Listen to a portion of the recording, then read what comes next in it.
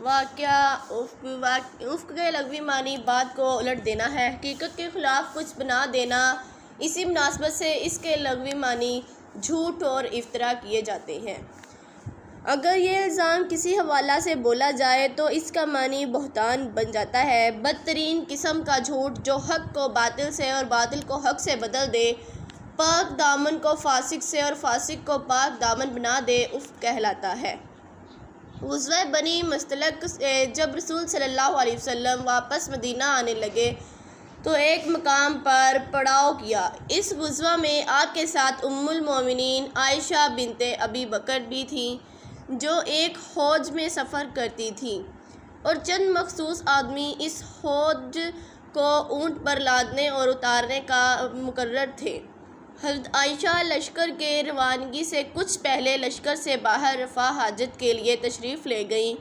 جب واپس ہوئیں تو دیکھا کہ ان کے گلے کا ہار کہیں ٹوٹ کر گر گیا ہے۔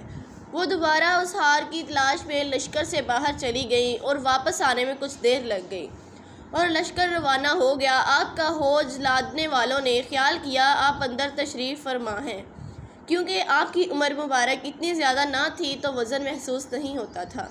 انہوں نے حوض لاد دیا اور پورا قافلہ منزل سے روانہ ہو گیا۔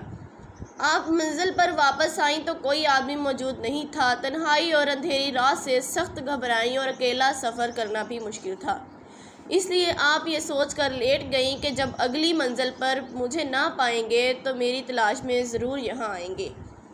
آپ لیٹی لیٹی سو گئی۔ ایک صحابی صفوان بن معطل ہمیشہ لشکر کے پیچھے اس خیال سے چلا کرتے تھے کہ لشکر کا گرا ہوا سامان اٹھاتے چلیں۔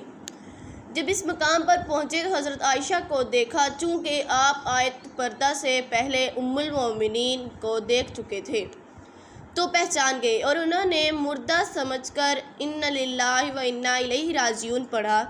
اس آواز سے حضرت عائشہ جاگ اٹھی تو حضرت صفوان نے اپنے اونٹ کو ان کے قریب جا کر بٹھا دیا، جس پر آپ بغیر کوئی بات کیے سوار ہو گئیں، اور حضرت صفوان نے اونٹ کی مہار پکڑ کر پیدل چلتے ہوئے اگلی منزل پر حضور صلی اللہ علیہ وسلم کے